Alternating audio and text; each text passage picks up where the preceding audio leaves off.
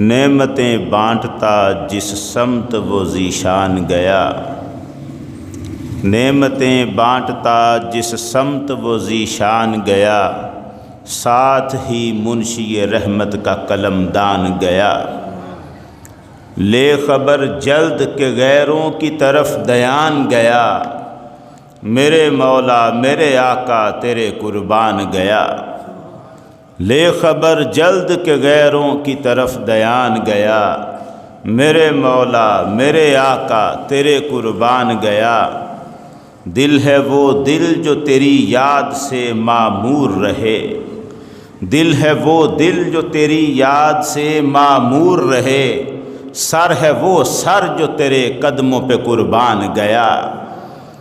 دل ہے وہ دل جو تیری یاد سے معمور رہے، سر ہے وہ سر جو تیرے قدموں پہ قربان گیا۔ آج لے ان کی پناہ آج مدد مانگ ان سے، آج لے ان کی پناہ آج مدد مانگ ان سے، کل نہ مانیں گے قیامت میں اگر مان گیا۔ انہیں جانا انہیں مانا نہ رکھا غیر سے کام، انہیں جانا انہیں مانا نہ رکھا غیر سے کام، للہ الحمد میں دنیا سے مسلمان گیا، للہ الحمد میں دنیا سے مسلمان گیا۔ جان و دل ہوش و خرد سب تو مدینے پہنچے، جان و دل ہوش و خرد سب تو مدینے پہنچے، تم نہیں چلتے رضا سارا تو سامان گیا۔ سب تعریفیں اللہ جل شانہ وحدہ لا شریک کے لیے، جس نے اپنی قدرت کاملہ سے اس کائنات کو حضور نبی کریم صلی اللہ علیہ وآلہ وسلم کے عرفان کی خاطر پیدا فرمایا۔ ارشاد فرمایا، لولاک لما خلقت الافلاک، اے حبیب صلی اللہ علیہ وسلم، اگر تمہیں پیدا کرنا میرا مقصد نہ ہوتا تو میں اس کائنات کو ہی پیدا نہ کرتا۔ بے شمار درود حضور نبی کریم صلی اللہ علیہ وآلہ وسلم کی ذات اقدس کی خاطر، جن کی ذات اقدس اس کائنات کی تخلیق کا باعث بنی۔ اللہ جل شانہ نے قرآن مجید میں ارشاد فرمایا، الف لام میم غلبت الروم فی ادنی الارض وهم من بعد غلبهم سیغلبون فی بضع سنین للہ الامر من قبل ومن بعد ویومئذ یفرح المؤمنون بنصر اللہ ینصر من یشاء وہو العزیز الرحیم۔ صدق اللہ مولانا العظیم۔ یہ جو آیات مبارکہ میں نے آپ کے سامنے تلاوت کی ہیں، سورہ روم کی ابتدائی 5 آیتیں ہیں۔ سورہ روم 60 آیتوں کی یہ صورت ہے اور قرآن مجید میں اس کا نمبر 30واں ہے۔ سورہ روم کی یہ 5 ابتدائی آیات ایک خاص موقع پر نازل ہوئیں۔ ان کے اندر پیغام کیا ہے، یہ سمجھانا کیا چاہتی ہیں، وہ تو ہم تھوڑی سی تمہید کے بعد سمجھیں گے۔ پہلے اس کا صرف ترجمہ سمجھیں۔ الف لام میم، قرآن مجید میں جگہ جگہ یہ حروف اس طرح آئے ہیں۔ سورہ بقرہ کا آغاز بھی ایسے ہی حروف سے ہوا، الف لام میم ذالک الکتاب لا ریب فیہ۔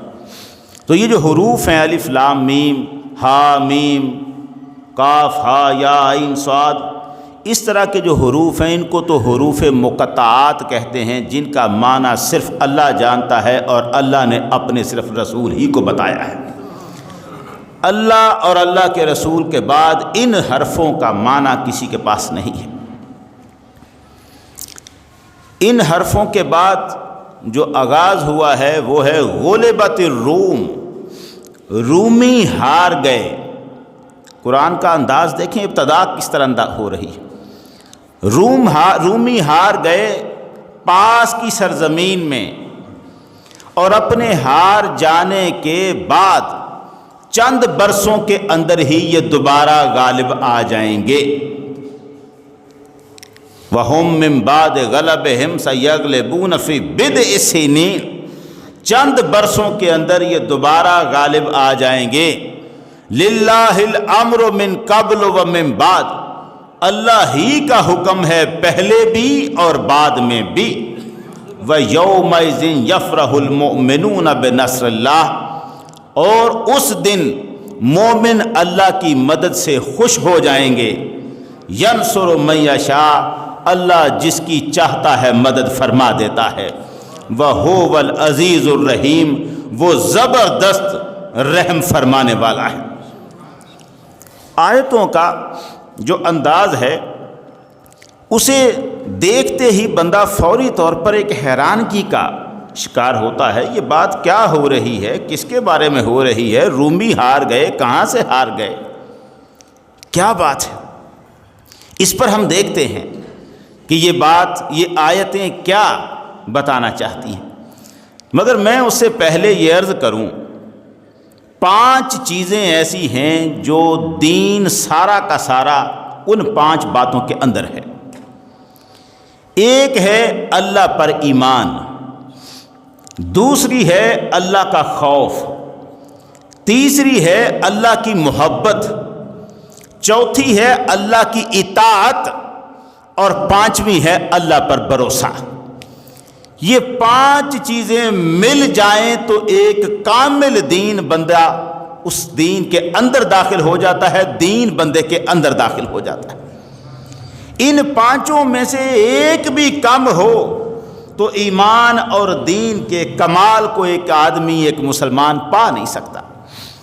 ایمان اللہ پر، خوف اللہ سے، محبت بھی اللہ کی، پھر اسی کی اطاعت اللہ کی، اور مکمل بھروسہ اس پر۔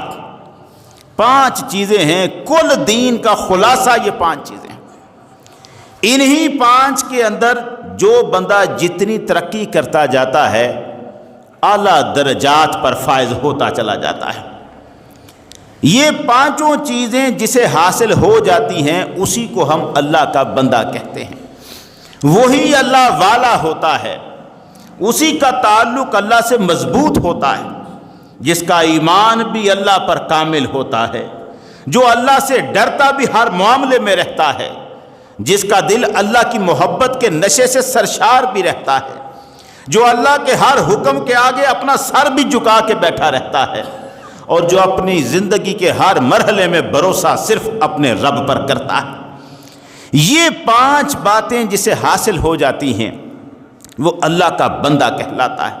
وہ جو قرآن ارشاد فرماتا ہے کونو ربانیین، رب والے بن جاؤ، اللہ کہتا ہے رب والے بن جاؤ۔ جس کو یہ 5 باتیں حاصل ہو جاتی ہیں وہ رب والا بن جاتا ہے، اللہ والا بن جاتا ہے۔ اور جب کسی کا تعلق اللہ سے جڑ جاتا ہے، کوئی اللہ کا بندہ بن جاتا ہے، کوئی اللہ کے ساتھ اس رشتے میں آ جاتا ہے، تو اب اگلی ذمہ داری پھر پروردگار اپنے اوپر لیتا ہے۔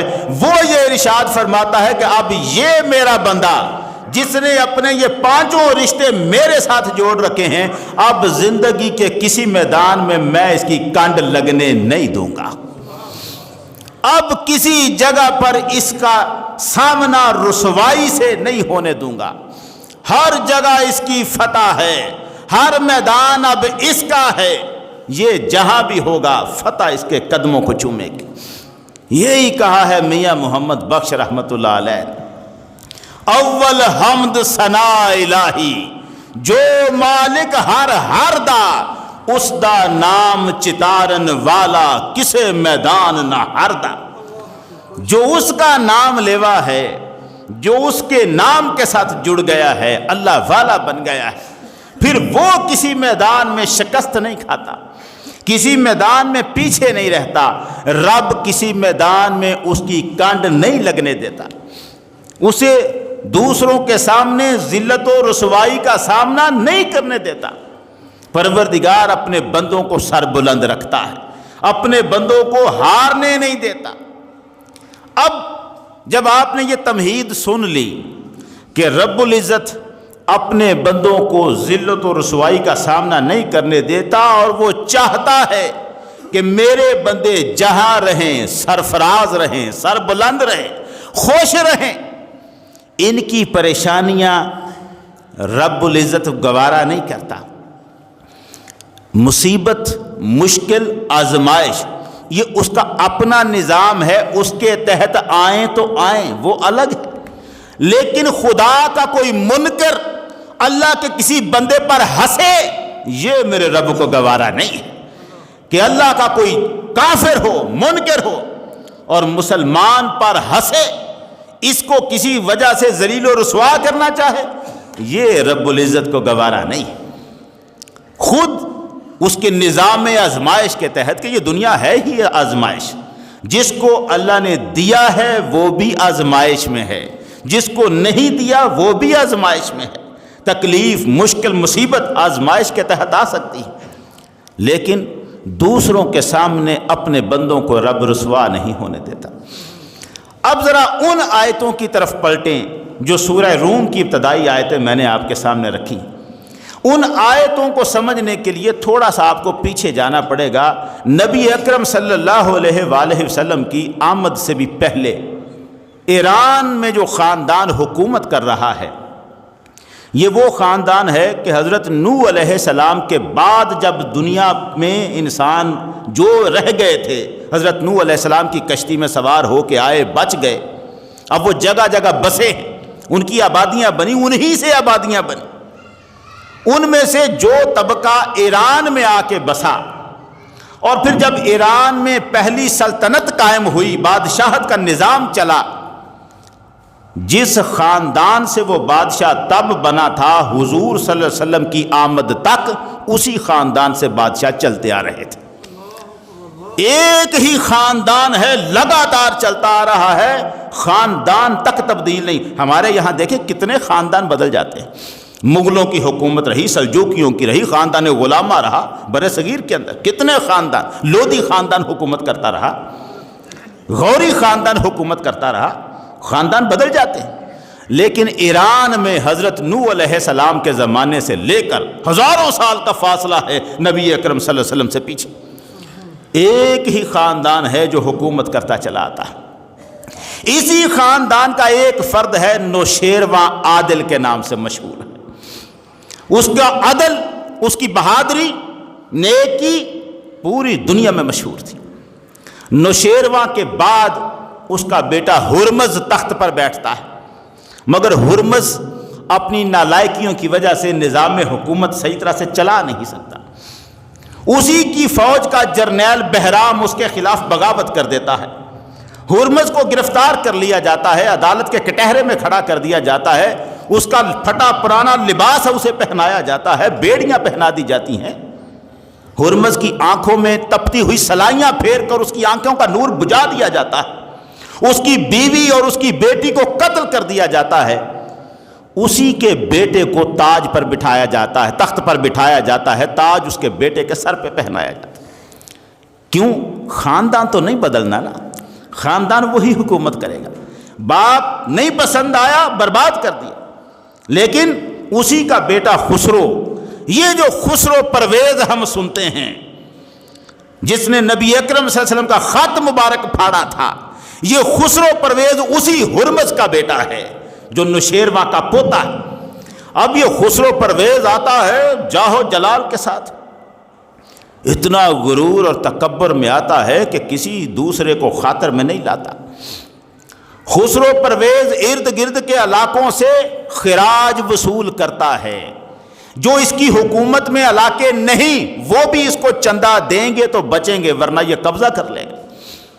ہر ایک اس زمانے میں ایک طرف یہ ایران کی حکومت ہے جو سپر پاور کہلاتی، اور دوسری طرف روم کی حکومت ہے جو سپر پاور کہلاتی۔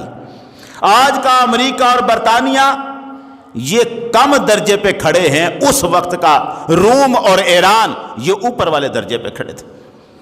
پھر معاملہ یہ ہوتا ہے کہ نبی اکرم صلی اللہ علیہ وسلم کی نبوت کے اعلان کرنے کا زمانہ قریب آتا ہے، اور اسی زمانے میں خسرو جو ایران کا بادشاہ ہے یہ روم کے ساتھ لڑائی کرتا ہے، حملہ کرتا ہے۔ نبی اکرم صلی اللہ علیہ وآلہ وسلم نے ادھر اعلان نبوت کیا، مخالفتیں شروع ہوئیں، حضور کے ماننے والے ظلم و ستم کافروں کا برداشت کر رہے ہیں، آپ کے ماننے والوں کی ایک جماعت بنتی جا رہی ہے، اور ادھر ایران والا حملے کرتا جا رہا ہے، روم کے علاقے چھینتا چلا جا رہا ہے، آگے بڑھ رہا ہے، وہاں بیٹھا ہوا ہے لشکر لے کے،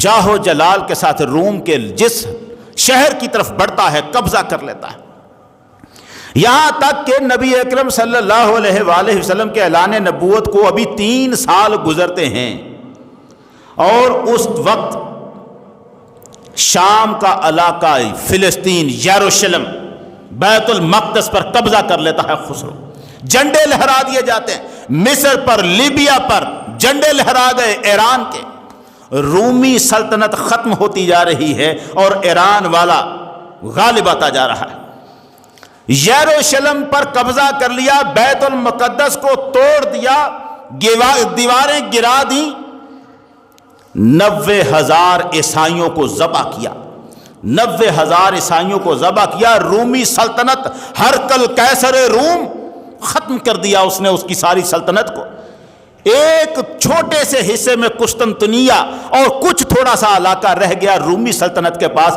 باقی سارے پر خسرو اپنا قبضہ کر چکا ہے۔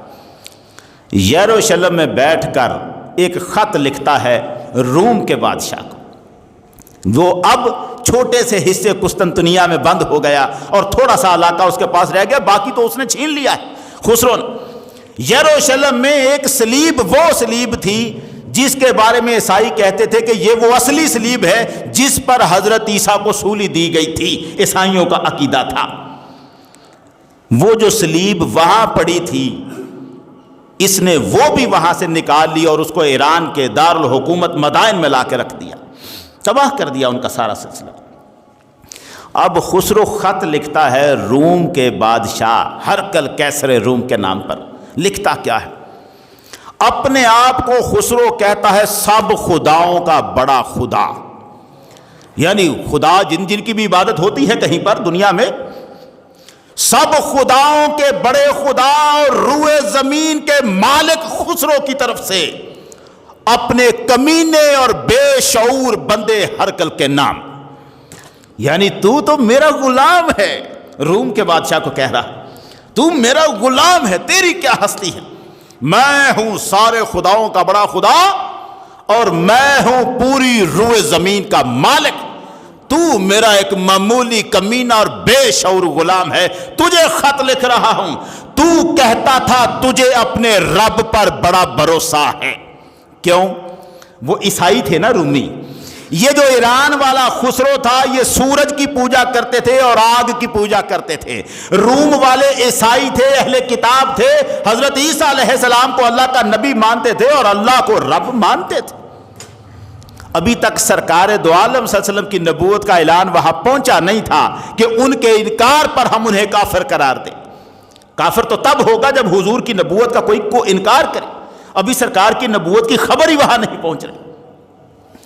اب معاملہ کیا ہوتا ہے؟ وہ کہتا ہے تو کہتا تھا تجھے اپنے رب پر بڑا بھروسہ ہے، تیرا رب مجھ سے یروشلم کو بچا نہیں سکا، دیکھ میں نے بیت المقدس کی اینٹ سے اینٹ بجا دی۔ ہمارے ہاں بھی کچھ ایسا کہا جاتا ہے، بڑا 11ویں والے کو مانتے ہو اسے کہو آ کے میری ٹانگ توڑ لے، یہ چیلنج ہوتے ہیں اس طرح سے، ماننے والوں کو ہمیشہ سے نہ ماننے والے اس طرح کی باتیں کرتے آئے۔ اب وہ کہہ رہا ہے تیرا رب مجھ سے یروشلم کو بچا نہیں سکا اور آ رہا ہوں تیری طرف، چھپ۔ خسرو پیش قدمی کرتا ہے، اس کا جواب قیصر نے کیا لکھنا، اس کی تو سلطنت ہی ختم ہو چکی۔ اب خسرو آتا ہے اور قسطنطنیہ کا بھی محاصرہ کر لیتا ہے، فوجیں قسطنطنیہ کا محاصرہ کر لیتی ہیں اور شکست کا پورا اعلان کر دیا جاتا ہے، خسرو نے ہرا دیا۔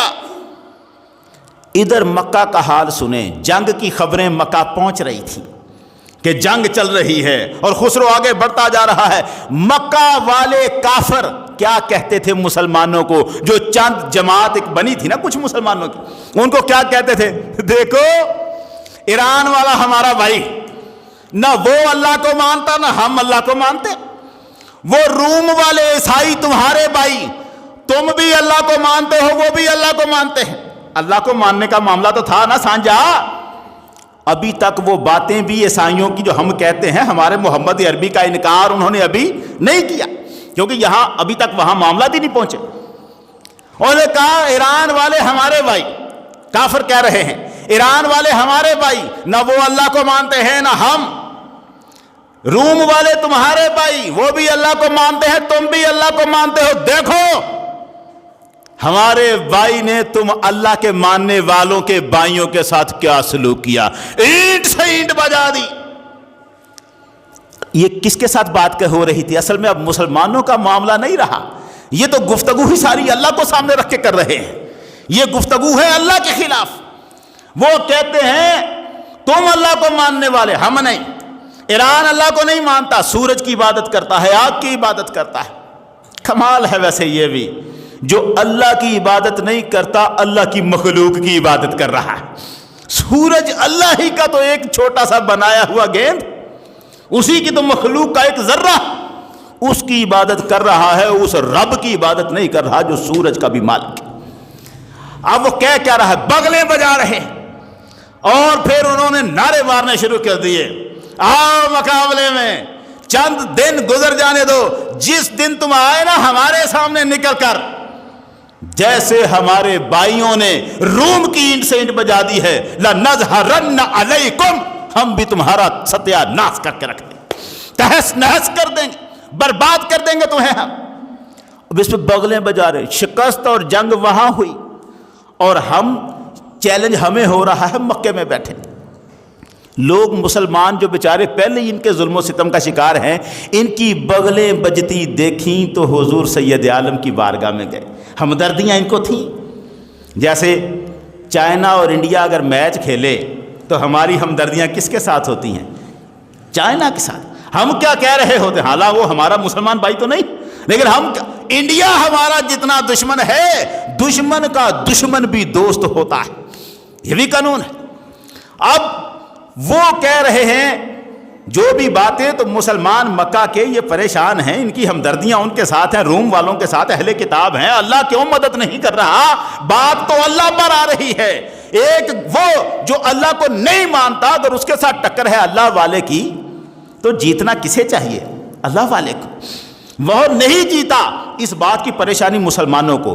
حضور سید عالم صلی اللہ علیہ وسلم کی خدمت میں حاضر ہوئے، لوگ پہلے آئے ہیں سیدنا ابو بکر صدیق کے پاس، کہا یہ مسئلہ بڑا عجیب ہے، جدھر سے جاتے ہیں تالیاں بجاتے ہیں، پہلے ہمیں اور طرح ذلیل کرتے تھے، اب یہ نیا مسئلہ شروع کر لیا ہے، جب جو ہمیں دیکھتا ہے کافر یہی کہتا ہے، دیکھا جیسا بیڑا غرق رومیوں کا ایرانیوں نے کیا ہے ویسا ہم تمہارا کریں۔ ہمارے لیے تو مشکل ہو گیا نکلنا باہر۔ اب جب یہ معاملہ ہوتا ہے، مسلمان آئے، ابو بکر صدیق رضی اللہ تعالیٰ عنہ آ کے حضور کے سامنے بیٹھے، یا رسول اللہ یہ مسئلہ بڑا عجیب ہے۔ سرکار کے جواب دینے سے پہلے پروردگار نے سورہ روم کی آیتیں نازل کر دی۔ اب معاملہ چونکہ اللہ کا آ رہا تھا، بیچ میں اللہ کو لیا گیا تھا، معاملہ ایسے کیسے چھوڑا جاتا؟ اور پریشانی حضور کے غلاموں کے دلوں میں آ رہی تھی، کیسے نہ چھوڑ ان کو حل نہ کیا جاتا۔ ابو بکر صدیق رضی اللہ تعالیٰ عنہ پریشان ہو کے بیٹھے ہیں، جبرائیل آیتیں لے کر آ گئے، الف لام میم غلبت الروم فی ادنی الارض وهم من بعد غلبهم سیغلبون فی بضع سنین۔ آیتیں لے کے آ گئے، کیا آیتیں؟ غلبت الروم فی ادنی الارض، پاس کی سرزمین میں، قریب کی سرزمین میں رومی ہار گئے ہیں، شکست ہو گئی تھی، رومی ہار گئے ہیں، وَهُم مِّن بَعْدِ غَلَبِهِمْ سَيَغْلِبُونَ فِي بِضْعِ سِنِينَ۔ اب وہ ہارنے کے بعد چند سالوں کے اندر اندر ہی دوبارہ غالب آ جائیں گے۔ تسلی کیا دی جا رہی تھی؟ انہوں نے کہا ہے کہ ہم نے رومیوں کا ستیہ ناش کر دیا ہے، رومی دوبارہ آ جیتیں گے، ایران والے۔ اچھا اب ایک بندہ سوچتا ہے کہ اگر ایک ملک کبھی جنگ ہار جائے تو کبھی جیت بھی سکتا ہے، یہ کوئی ایسی بات نہیں، لیکن آپ اندازہ کریں روم کی سلطنت کے پرخچے اڑا چکا ہے ایران. روم کی حالت یہ ہے کہ 100 سال تک اب سر نہیں اٹھا سکتا. 100 سال تک بڑے گرک ہو گیا اس کا, چند علاقوں میں بند کر کے رکھ دیا ہے اس کو. ایک انگریز تاریخ لکھنے والا Gibbon history and fall of Roman empire کتاب لکھتا ہے, تاریخ لکھتا ہے رومن امپائر کی. اس کی 4تھی جلد میں وہ لکھتا ہے at this time this prediction is said to have been delivered. یہ جو وقت ہے جس میں یہ پیش گوئی قرآن کر رہا تھا, جس وقت میں قرآن یہ پیش گوئی بتا رہا تھا کہ رومی چند سالوں کے اندر اندر غالب آ جائیں گے, no prophecy could be more distant from its accomplishment. اس قسم کی کوئی پیش گوئی پوری ہونے کا تصور تک نہیں تھا, ہو ہی نہیں سکتا تھا. گبن لکھتا, اس نے کہا روم کے پاس تو کچھ چھوڑا ہی نہیں تھا, ایران نے دوبارہ رومی غالب آئے سوچا ہی نہیں جا سکتا تھا. اور قرآن کیا کہہ رہا ہے, چند سالوں کے اندر. چند سال کے لیے لفظ کیا استعمال کیا, بدء سنین. میں نے بہت ساری بات کو مختصر کیا ہے, بہت ساری, لیکن پھر بھی یہ کرنی تو پڑے گی. میں کہیں جانا چاہتا ہوں. فی بدء سنین, قرآن نے لفظ استعمال کر دیے چند سال. اب بدء کا لفظ جب عربی میں بولا جائے, خواہ وہ صدیوں پہلے کی عربی ہو یا آج کی عربی ہو, قانون ہے جب بدء کا لفظ بولا جائے تو گنتی کے 9 تک مراد ہوتا ہے. 1 2 3 4, یہاں 1 2 بھی نہیں, 3 سے لے کے 9 تک. 3 سے لے کے 9, 3 سال 4 سال لگ سکتے ہیں, 5 لگ سکتے ہیں, حد کی حد 9 سال لگ سکتے ہیں. 9 سے اوپر نہیں جائیں گے, 10 نہیں ہو سکتے. جب بدء کا لفظ بولا جائے تو مراد یہ ہے کہ 9 سال کے اندر اندر. اب قرآن کیا کہہ رہا تھا, 9 سال کے اندر اندر رومی غالب آ جائیں گے, ایران ہار جائے گا. کتنے سالوں کے اندر, 9 سالوں کے اندر. اور حالت کیا ہے, 100 سال تک رومی سر نہیں اٹھا سکتے. حال یہ بنا پڑا ہے. جب یہ خبر آئی نا, قرآن کی آیت آئی 9 سال کے اندر, لیکن 9 کا لفظ نہیں تھا. لفظ کیا ہے, بدء سنین, چند سالوں کے اندر, جس سے 4 بھی مراد ہو سکتے ہیں, 5 بھی, 6 بھی, 8 بھی, 9 بھی. آیت آئی. آیت آنے کے بعد حضور سید عالم نے فرمایا, ابو بکر بدء سنین کی بات آ گئی ہے, رومی بدء سنین کے بعد غالب آ جائیں گے, تیرا رب اپنے ماننے والوں کو رسوا نہیں ہونے دے گا.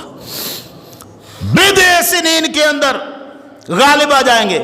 اب ابو بکر صدیق نے یہ خبر سنی نا تو خوش ہوئے, اٹھے یہاں سے. لوگ تو اپنے اپنے گھروں کو چلے گئے, اور ابو بکر صدیق گئے ان کافروں کے ٹولیوں اور مجمعوں کی طرف جہاں وہ بیٹھ کے بغلیں بجایا کرتے تھے. اب جب ابو بکر صدیق ادھر پاس سے گزرے نا تو وہ آگے سے پھر وہی نعرے مارے. دیکھا رومیوں کا کیا حشر کیا. ان کی بات ہی آج کل یہی تھی, یعنی تانا تھا, ہم نے بھی ایسے پیس کے رکھ دینا ہے تمہیں جیسے تمہارے بھائیوں کو ایرانیوں نے پیسا. ابو بکر صدیق رضی اللہ تعالیٰ عنہ نے فرمایا, فرحتم بظہور اخوانکم علی اخواننا, اوے تم ہمارے بھائیوں کے اوپر جو تمہارے بھائیوں نے غلبہ کیا ہے اس کی خوشیاں منا رہے ہو. لا تفرحوا, اب خوشیاں نہ مناؤ. ولا یکرن اللہ اعینکم, اللہ تمہاری آنکھوں کو ٹھنڈا نہیں ہونے دے گا. ہمیں محمد عربی نے بتا دیا ہے فتح اب رومیوں کو دوبارہ ملنے والی.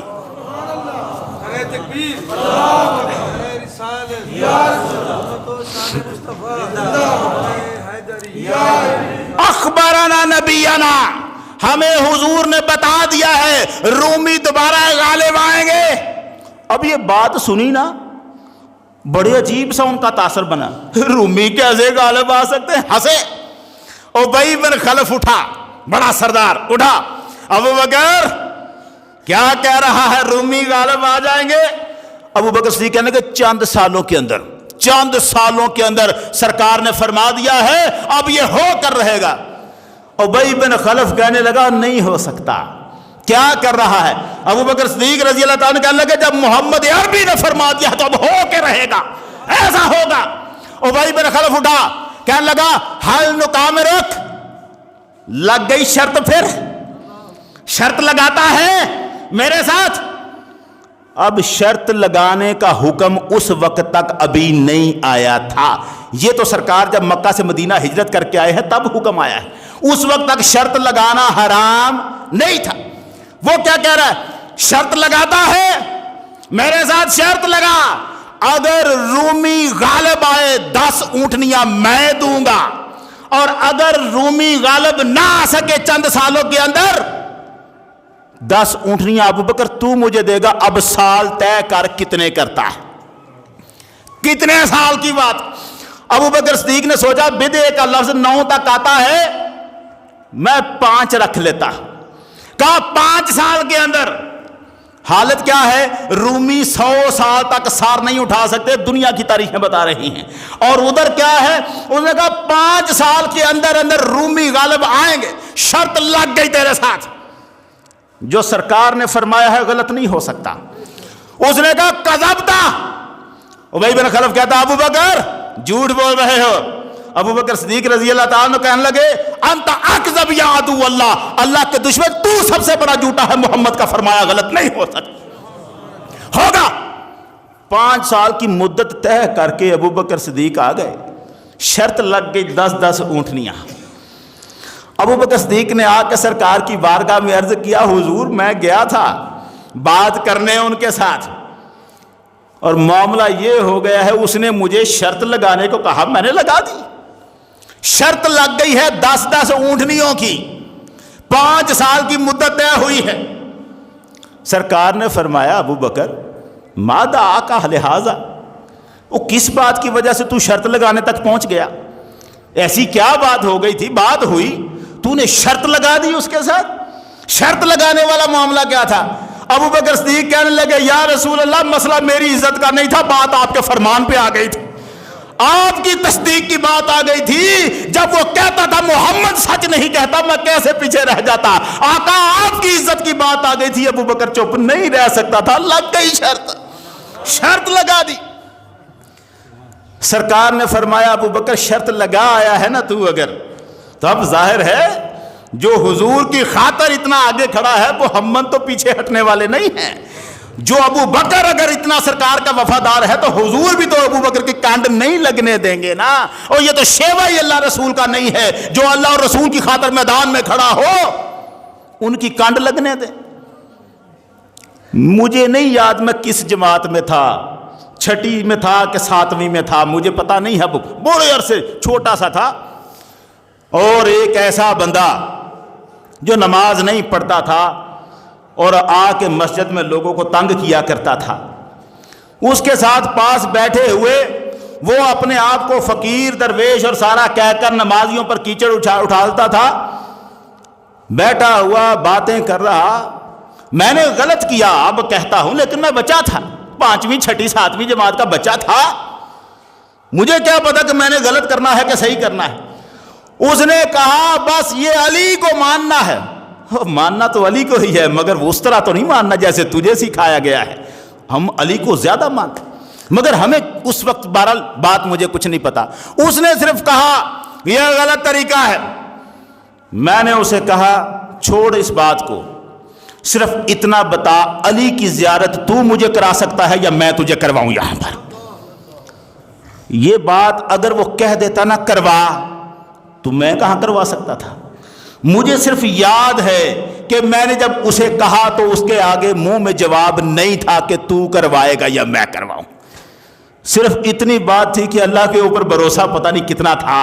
اس وقت یہ خیال تھا کہ آج اگر کھڑے ہیں یہاں مسئلہ نمازیوں کا آیا ہوا ہے، بندہ باہر سے آگے کیچڑ اٹھا رہا ہے، یار میں تو کچھ بھی نہیں کرنا، آج کر سکتا ہوں نہ کل کر سکتا تھا. غلط تھا. ایک بچے کو جو غیرت آ سکتی تھی آ گئی، اس میں جو جملہ کہہ دیا، مگر مولا نے میری کانڈ نہیں لگنے دی. وہاں پر میری کانڈ وہ کہہ سکتا تھا نا آگے سے کروا، پھر میں کیا کرتا. لیکن اس کے منہ میں یہ بات نہیں آئی کہ تو کروا.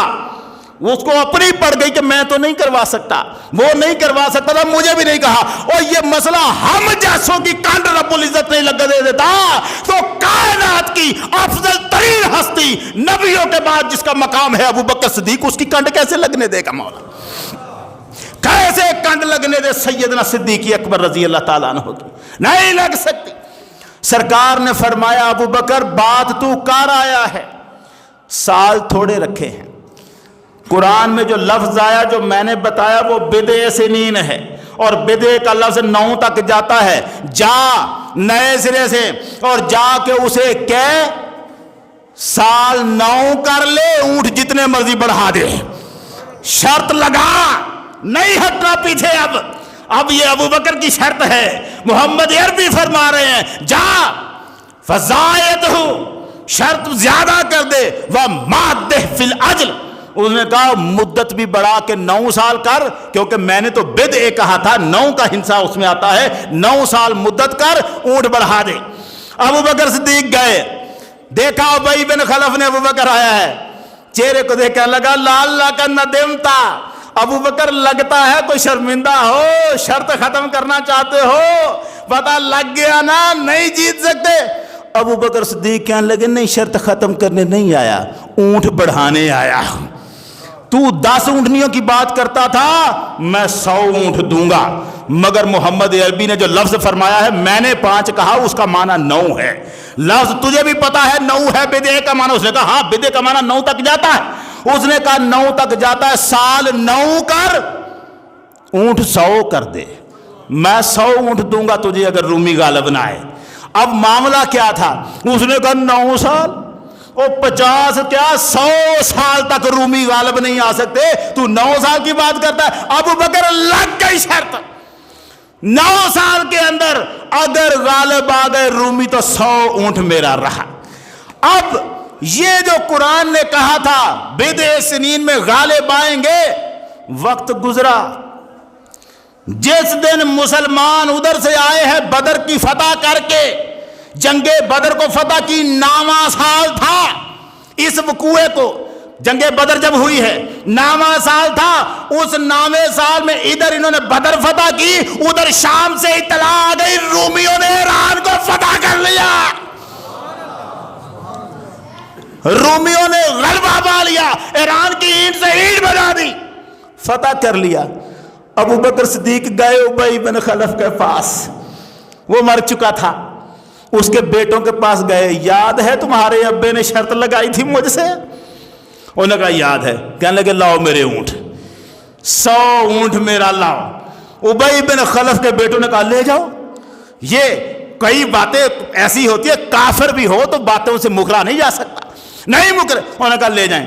ابو بکر صدیق کے ساتھ اپنے غلام لے کے گئے ہوئے تھے، 100 اونٹ لے کے سرکار کی بارگاہ میں آئے، حضور ہم شرط جیتے ہیں، یہ 100 اونٹ ہیں۔ سرکار نے فرمایا ابو بکر ان 100 اونٹوں کو راہ خدا میں تقسیم کر دو، تیرے پاس نہیں رہنے چاہیے، اس لیے کہ شرط بعد میں حرام بھلے ہو، لیکن جس چیز نے بعد میں حرام ہونا ہے پیغمبر کو تو پہلے ہی پسند نہیں ہوتی، وہ تیرے پیچھے لگا دی تھی۔ اب اگر تو یہ اونٹ استعمال کرے گا تو دنیا کہے گی ابو بکر نے شرط کے اونٹ رکھے ہوئے تھے۔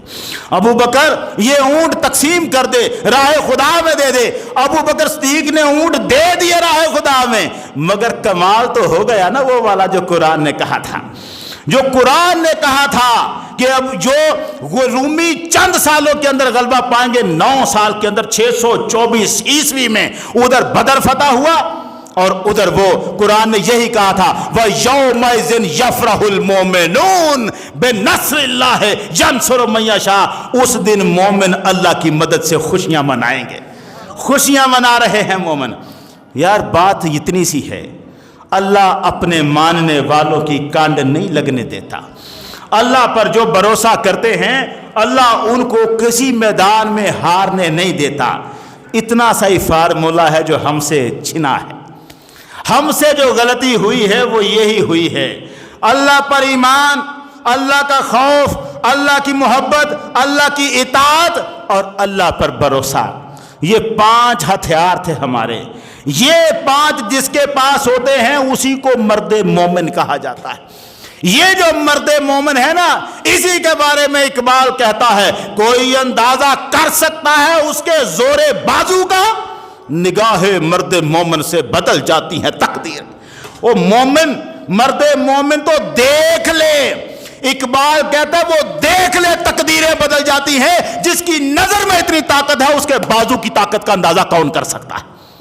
یہ اللہ پر بھروسہ جس سے ہم دور ہٹے ہیں، آج اگر میرا تعلق کچھ ایسے لوگوں سے ہے جو کالے علم کے وظیفے کر لیتے ہیں، جنہوں نے موکل، جن، شیطان، اس طرح کے سارے معاملات رکھے ہوتے ہیں، ہم چونکہ ہر ایک قسم کے لوگوں سے ملتے جلتے ہیں، رکھے ہوئے، وہ یہ بتاتے ہیں، وہ کہتے ہیں ہمارے عملیات، ہمارے جن، ہمارے شیطان اسی پر اثر کرتے ہیں جس کا عقیدہ کمزور ہوتا ہے، جس کے دل میں اللہ پر یقین پکا ہوتا ہے، ہمارے شیطان اس کا کچھ نہیں بگاڑ سکتے۔ ہم اگر مر رہے ہیں تو اس لیے مر رہے ہیں کہ دامن اللہ کا چھوڑ رکھا ہے، وہ جو پیار کرتا ہے رب ہم سے، ہم اس سے پیچھے ہٹ بیٹھے ہیں۔ اگر محمد عربی کے فرمان پر یقین ہو، اب جب یہ جملہ ہم کہتے ہیں نا یقین ہو، تو سارے لوگ کہتے ہیں یار یقین تو ہے، ہمیں یقین تو ہے، حضور کا ہر فرمان سچ ہے، اس میں کوئی شک نہیں، ہر مسلمان یہ کہتا ہے۔ لیکن یار اس کے باوجود جب حضور نے یہ فرمایا کہ تو اپنے رزق کو حرام کا نہ بنا، جو تیری قسمت میں لکھا ہے اس سے زیادہ تو لے نہیں سکتا، کیا یہ محمد کا فرمان نہیں تھا؟ پھر ہم اس رزق کو لینے کے لیے حرام راستے پر کیوں چلے؟ کیا ہم اپنی قسمت کے لکھے سے زیادہ لینا چاہتے ہیں؟ لے سکیں گے؟